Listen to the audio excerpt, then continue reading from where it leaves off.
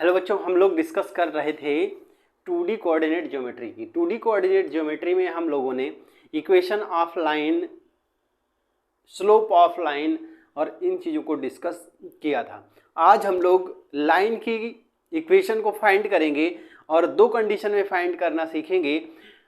First condition है, line की equation हम तब फाइंड करना सीखेंगे जब हमें लाइन द्वारा एक्स एक्सिस और वाई एक्सिस पर कोई इंटरसेप्ट को कट किया जाता है। इंटरसेप्ट का मतलब होता है कोई एक सेगमेंट कट किया जाता है एक लाइन से, ठीक, एक्स एक्सिस और वाई एक्सिस दोनों ही एक्सिस पर। जब इस टाइप से हमें कंडीशन दी होगी तो हम लाइन का इक्वेशन किस टाइप से फाइंड करेंगे। सेकेंड कंडीशन हमारे पास होगी कि लाइन जो हमारी है उस लाइन पर ओरिजिन से ड्रॉ किए गए परपेंडिकुलर की लेंथ और परपेंडिकुलर एक्स एक्सिस से जो एंगल फॉर्म करता है वो एंगल गिवन होगा। तो उस कंडीशन में हम इक्वेशन ऑफ लाइन कैसे फाइंड करेंगे। तो चलिए आगे बढ़ते हैं और सबसे पहले हम लोग डिस्कस करते हैं कि एक ऐसी लाइन जो हमारी एक्स एक्सिस और वाई एक्सिस पर इंटरसेप्ट्स को कट करती है तो उसकी इक्वेशन को कैसे फाइंड कर। आइए अब हम लोग देखते हैं कि हम इस लाइन का इक्वेशन किस टाइप से फाइंड करेंगे। हमारे पास एक लाइन है जो पॉइंट ए और बी से होकर जा रही है, पास होती है। पॉइंट ए का कोऑर्डिनेट होगा a,0 एंड पॉइंट बी का कोऑर्डिनेट होगा 0,b। अब हमें पता है ये जो कोऑर्डिनेट है, कोऑर्डिनेट बी यानी पॉइंट बी, वो कहाँ पर है, वाई एक्सिस पर है। और जब ये वाई एक्सिस पर है तो इसमें ओनली वाई का ही कोऑर्डिनेट होगा, एक्स का कोऑर्डिनेट 0 होगा। मींस ओरिजिन से इस पॉइंट वी तक की जो डिस्टेंस होगी वो क्या होगी, बी होगी। और यही इसी को हम कहेंगे ये हमारा एक इंटरसेप्ट है जो वाई एक्सिस पर कट किया जाता है इस लाइन से। सेम ऐसे ही इस पॉइंट के जो कोऑर्डिनेट होंगे वो होंगे a,0 होंगे, तो ओरिजिन से और पॉइंट ए तक की जो डिस्टेंस रहेगी वो रहेगी a। अब हम इसको कहेंगे y एक्सिस पर जो इंटरसेप्ट कट किया जाता है लाइन AB के द्वारा वो होगा a यूनिट का, ठीक। तो ये चीज यूनिट हमें गिवन होती है, तो इसका हम कैसे फाइंड कर सकते हैं इक्वेशन इस लाइन का। इसके लिए हम लोग क्या करेंगे, इसके लिए हम लोग करते हैं यहाँ पर एक पॉइंट लेते हैं, ठीक, और ओरिजिन से इसके ऊपर एक परपेंडिकुलर ड्रॉ कर देते हैं। इस पॉइंट को हम M कह देते हैं। सपोज करते हैं इस पॉइंट के कोऑर्डिनेट्स हैं x, y हैं। यहाँ तक बात कंफर्म हो गई। ये परपेंडिकुलर है, दिस इज परपेंडिकुलर, ठीक है। अब आप देख रहे हैं कि ये जो डिस्टेंस हमें मिलेगी ये वाली, this distance is y distance. ये परपेंडिकुलर डिस्टेंस जो होगी वो बाई एक्स होगी, मींस y होगी। और इस पर यहां से ये परपेंडिकुलर डिस्टेंस देखेंगे, this distance will be x। इतनी बात कंफर्म हो गई क्योंकि ये x एक्सिस पर चली गई डिस्टेंस है और ये y एक्सिस पर चली गई डिस्टेंस है। अब आप यहां पर देख रहे होंगे, ट्राइंगल देख रहे होंगे, कौन कौन से triangle, O, A and B। ये बड़ा सा ट्राइंगल आपको दिखाई दे रहा है। उसके बाद दो छोटे ट्राइंगल्स दिखाई दे रहे हैं जो हम लोगों ने क्या किया, इस बड़े ट्राइंगल को दो पार्ट में डिवाइड करके बना दिए। कौन सा, OMA एंड OMB, ठीक है। अगर हम बात करें ट्राइंगल OAB के एरिया की तो वो किसके इक्वल होगा, area of triangle OAB is equal to the area of triangle OMB, triangle OMB plus area of triangle OMA। अगर हम इस छोटे ट्राइंगल का और इसका दोनों का एरिया ऐड करेंगे तो हमें पूरे कंप्लीट ट्राइंगल का एरिया कंफर्म हो जाएगा। इतनी बात क्लियर है। अच्छा, इस पूरे ट्राइंगल का एरिया भी हम फाइंड कर सकते हैं। कैसे फाइंड करेंगे, ये राइट एंगल ट्राइंगल है। राइट एंगल ट्राइंगल में क्या करते हैं, half means 1/2 and perpendicular base का मल्टीप्लाई कर लेते हैं। ठीक है। तो इसका अगर हम एरिया फाइंड करते हैं ट्राइंगल OAB का, तो ये हो जाएगा 1/2 इंटू इसमें परपेंडिकुलर कितना है V, ठीक है, एंड A कितना, बेस कितना है, बेस इज A, ठीक है। अब हम यहां बात करते हैं OMB की, ये भी एक राइट एंगल ट्राइंगल है। इस राइट एंगल ट्राइंगल में अगर हम इसको बेस कह दें, this is our base and this is our height, this is our height, ये हाइट हो जाएगी। अगर हम इसको बेस कह दें और इसको क्या बोले, ये हमारी परपेंडिकुलर हाइट है, तो हम ये बोल सकते हैं this will B 1/2 into base into height, base is B into height is X, ठीक है। ट्राइंगल के एरिया बेस इंटू हाइट से भी फाइंड होता है, बेस इंटू हाइट से भी फाइंड होता है। अब आप कहें कि इसमें हमने बेस इंटू परपेंडिकुलर नहीं लिया, क्योंकि ये देखिए ना तो हमें परपेंडिकुलर पता है और ना ही हमें बेस इसकी लेंथ पता है, इसलिए हमने क्या किया, इसको बेस इंटू हाइट से फाइंड कर लिया, क्योंकि इसमें बेस भी पता है और इसकी हाइट भी पता है। सेम ऐसे ही करेंगे इसमें भी 1/2 इंटू, इसमें देखिए बेस A हो जाएगा और हाइट हो जाएगी हमारी Y हो जाएगी, मीन्स A इंटू वाई। 1/2 आप देख रहे हैं कैंसिल आउट हो जाएगा from both sides, it means AB is equal to BX plus AY, okay. हम क्या करते हैं, AB से इसको डिवाइड कर देते हैं on both sides, so this will be AB upon AB and here will be BX plus AY upon AB, ठीक। AB से AB कैंसिल आउट होगा, इसको हम थोड़ा सा आगे लिख लेते हैं, this will be BX upon AB plus AY upon AB is equal to 1। A से A कैंसिल एंड B से B cancel, means X upon A plus Y upon B is equal to 1। This is our equation of line which is intercepts length A and B respectively on X axis and Y axis, ठीक है। तो ये हमारा equation हो गया एक line का जो X एक्सिस और Y एक्सिस पर A और B लेंथ के, A और B लंबाई के अंतःखंड को कट करती है, काटती है, ठीक। तो आई होप ये क्लियर हो गया होगा। यहां तक ये फार्मूला यूज होगा जब इंटरसेप्ट दिए होंगे तो उस कंडीशन में, ठीक है। या फिर कोई लाइन गिवन है, लाइन गिवन है, हमसे पूछा जाता है कि ये जो लाइन है वो X एक्सिस और Y एक्सिस पर कितना कितना लेंथ का इंटरसेप्ट कट करती है, तो उस पूरी हम जो हमारी इक्वेशन है उसको इस फॉर्म में कन्वर्ट कर लेंगे एंड देन हम फाइंड कर सकते हैं इजीली कि जो हमारी लाइन है वो कितना कितना इंटरसेप्ट किस किस लेंथ का इंटरसेक्ट करती है, मीन कट करती है X एक्सिस और Y एक्सिस पर, ओके क्लियर। तो चलिए हम इसके 2 से 3 क्वेश्चंस को भी डिस्कस कर लेते हैं। तो देखिए हम लोग क्वेश्चन की बात कर रहे हैं, हमें ये इक्वेशन दी गई है और हमें फाइंड करना है कि ये जो इक्वेशन है वो एक्सिस पर, X एक्सिस और Y एक्सिस दोनों ही एक्सिस पर कितने कितने लेंथ का इंटरसेक्ट कट करती है, ठीक है। तो सिंपली हम लोग क्या करेंगे, हमें क्या करना है, इक्वल में 1 बनाना है, इसके इक्वल में 1 बनाना है। तो देखिए हमारे पास जो गिवन लाइन है, given line, given equation of line, equation of line is क्या है, 3 + 4y इज इक्वल टू 12। 1 बनाने के लिए क्या करना है, 12 को यहां से रिमूव करना होगा। 12 को रिमूव करने का मतलब यहां 12 से डिवाइड कर देते हैं, जब इधर डिवाइड करेंगे तो इधर भी डिवाइड करना पड़ेगा, मतलब हमें ये लिखना पड़ेगा 3x + 4y is equal to 12 upon 12 and here is also divide by 12। इसको हम कैसे लिख सकते हैं, 3x upon 12 plus 4y upon 12 is equal to 12 से 12 कैंसिल आउट हो जाएगा, मीन्स 1 बचेगा।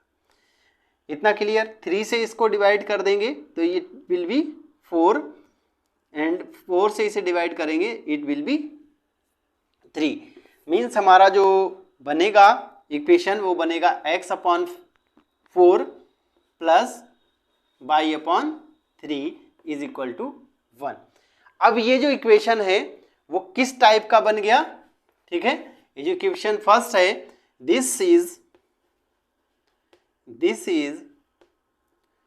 Equation is in the form of x/a plus y/b is equal to 1. A and b are the intercepts which is cut by the line on x-axis and y-axis respectively, ठीक है। सो यहाँ से बात करेंगे a is equal to will be 3 unit and b is equal to 4 unit. A is intercept on x-axis and B is intercept on y-axis, ठीक है। तो x-axis पर अंतःखंड 3 का काटती है 3 यूनिट का, और y-axis की अगर हम बात करेंगे तो y-axis पर 4 यूनिट का अंतःखंड ये इक्वेशन कट करती है, ठीक है। तो इतनी बात क्लियर हो गई। चलिए क्वेश्चन नंबर 2 की बात करते हैं। क्वेश्चन नंबर 2 में हमें कह रहा है find the equation of line which intercept 11 unit and 13 unit, ठीक है। जो 11 एंड 13 यूनिट के इंटरसेप्ट्स को कट करती है X axis and Y axis पर, ठीक है। तो यहां हमें देखेंगे a is equal to intercept किया गया है एक्स एक्सिस पर जो कि 11 यूनिट का है, ठीक है, एंड वाई एक्सिस पर जो इंटरसेप्ट है वो है 13 यूनिट का, ठीक है। और इक्वेशन ऑफ लाइन क्या होती है x/a plus y/b is equal to 1। Value of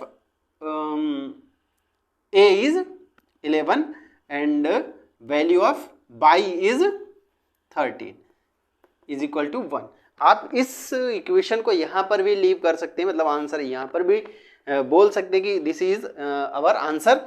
नहीं तो फिर ये कर सकते हैं कि इन दोनों का एलसीएम ले लें। This will be 13x plus 11y upon 11 and 13 की मल्टीप्लाई करेंगे, this will be 143 is equal to 1।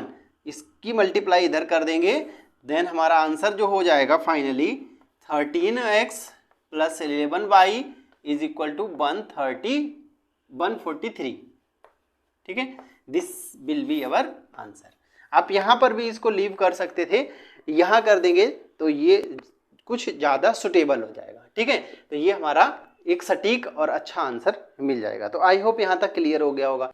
तो अब हम लोग देखेंगे कि हमें एक ऐसी लाइन का इक्वेशन फाइंड करना है जिस पर कि ओरिजिन से जो परपेंडिकुलर ड्रॉ किया जाता है उसकी लेंथ p है और एक्स एक्सिस के साथ ये परपेंडिकुलर अल्फा एंगल क्रिएट करता है, ठीक है। अभी हमने इससे पीछे डिस्कस किया है कि अगर कोई लाइन है एक्स एक्सिस और वाई एक्सिस पर कोई इंटरसेप्ट कट करती है किसी लेंथ का, तो हम उसका इक्वेशन इजीली फाइंड कर सकते हैं। तो हम इसमें भी थोड़ा सा उसी चीज़ को यूज़ करेंगे, इसलिए हमें वो चीज़ें थोड़ी सी याद रखनी होंगी, ठीक है, रिकैप कर रखनी होंगी। देखिएगा, बात करते हैं हम सबसे पहले इस लाइन को देखें तो यहाँ पर क्या हो रहा है, इंटरसेप्ट मिल रहा है हमें, एक ये इंटरसेप्ट मिल रहा है, एक ये मिल रहा है, ठीक। इसमें इंटरसेप्ट की वैल्यू गिवन नहीं है बट ये एंगल गिवन है, तो हम इस एंगल की हेल्प से इसको फाइंड करेंगे, ठीक है। देखेंगे ये जो हमारा एक ट्राइंगल है OMA एक राइट एंगल ट्राइंगल है, और राइट एंगल ट्राइंगल की क्या बात करते हैं हम लोग, right angle triangle, right angle triangle, ठीक है। हम इस टाइप से लिख लेते हैं, कौन सा है, OMA, इसमें बात करते हैं। इसकी वैल्यू कैसे निकालेंगे, तो इस कंडीशन में जब इस एंगल की बात करेंगे तो इसके रिस्पेक्ट में MA क्या हो जाएगा, परपेंडिकुलर हो जाएगा, and this will be our base, ये हमारा बेस हो जाएगा, ठीक है।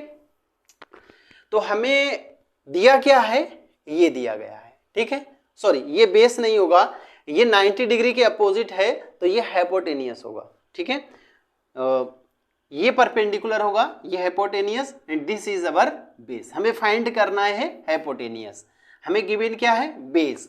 बेस और हाइपोटेनियस में जो रिलेशन बताता है वो बताएगा कॉस।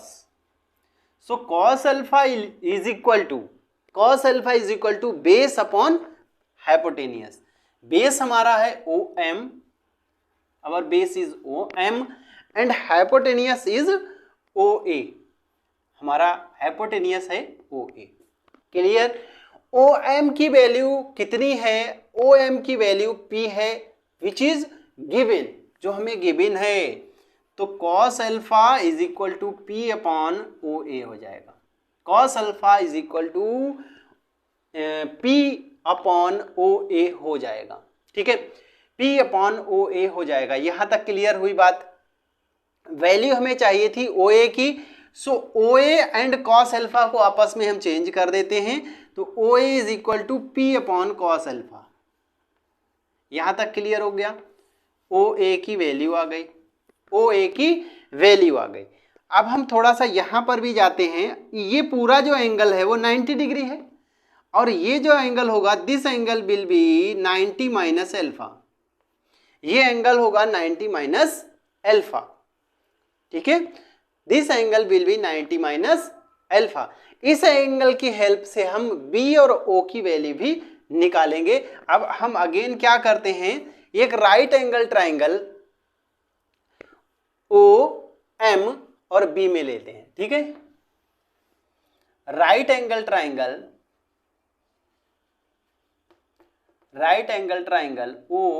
OMB। ठीक है, अभी A में लिया था, अब हम OMB में लेते हैं। इसमें भी देखिए, इसमें लगाएंगे क्या लगाएंगे?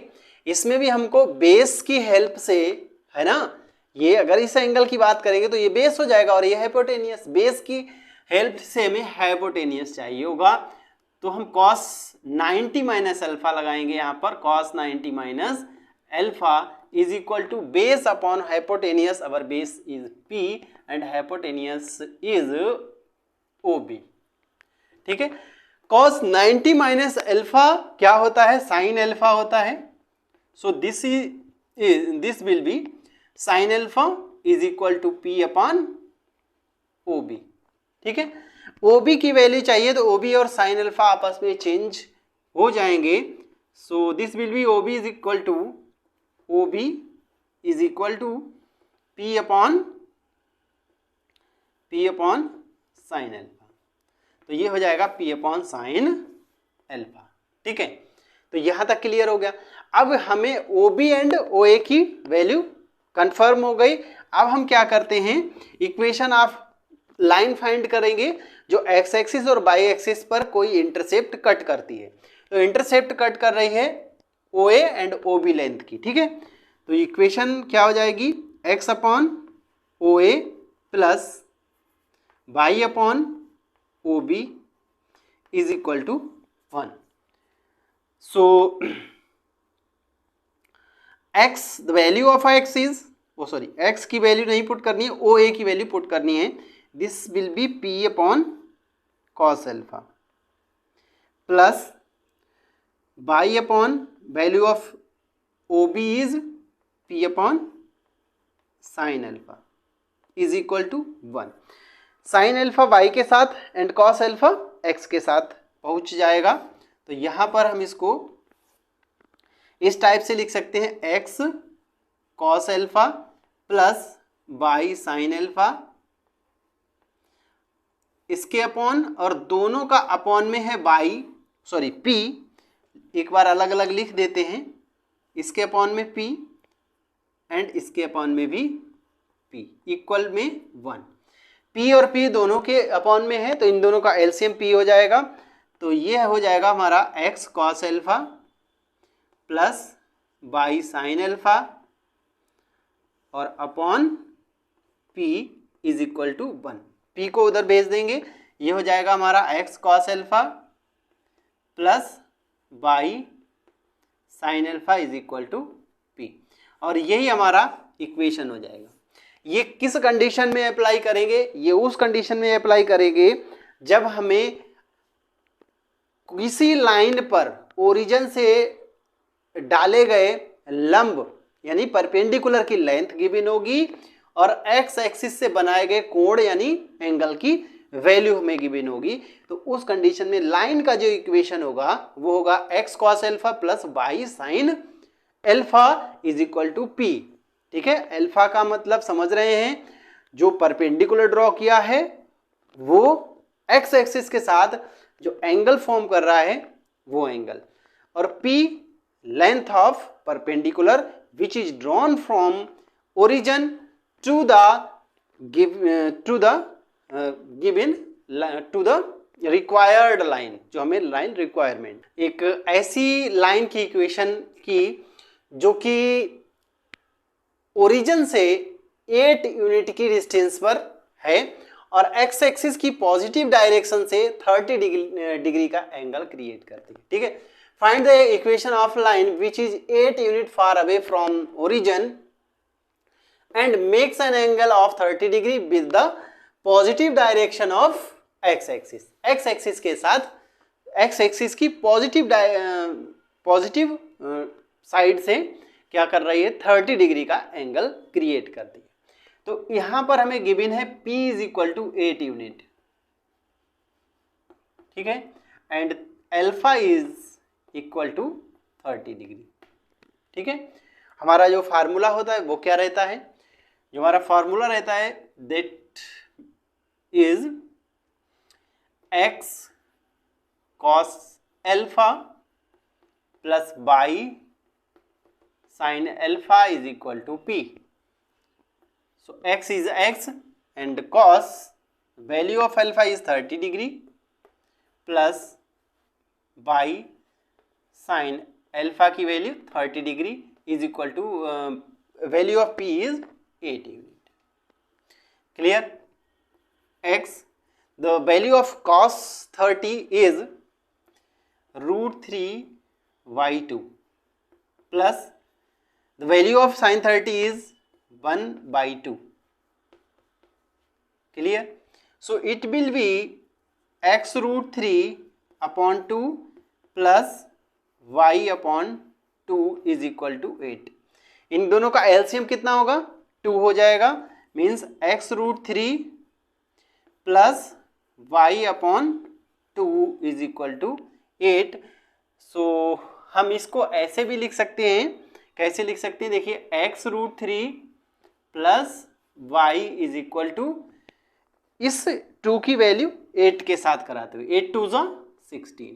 तो ये हमारा फाइनल आंसर हो जाएगा, दिस इज आवर आंसर। ठीक है, तो इस टाइप से हम इसको भी फाइंड कर सकते हैं। अगर हमें एक लाइन का इक्वेशन फाइंड करना हो जो ओरिजिन से किसी डिस्टेंस पर हो, तो मतलब उसका ये हुआ कि ओरिजिन से उसकी परपेंडिकुलर लेंथ गिवन है एंड एक्स एक्सिस की पॉजिटिव डायरेक्शन के साथ जो एंगल क्रिएट कर रही है, फॉर्म कर रही है, वो पता होना चाहिए। ठीक है, तो आई होप कि ये क्लियर हो जाएगा। अच्छा, ये एक्स एक्सिस के साथ जो पॉजिटिव डायरेक्शन से 30 डिग्री का एंगल क्रिएट कर रहा है वो परपेंडिकुलर जो हमने ओरिजिन से ड्रॉ किया वो है। ठीक है, लाइन नहीं क्रिएट करती है। ठीक है, जो परपेंडिकुलर था, ठीक है, जो लाइन पे ड्रॉ किया गया था वो 30 डिग्री का एंगल यहाँ पर क्रिएट कर रहा था। ठीक है।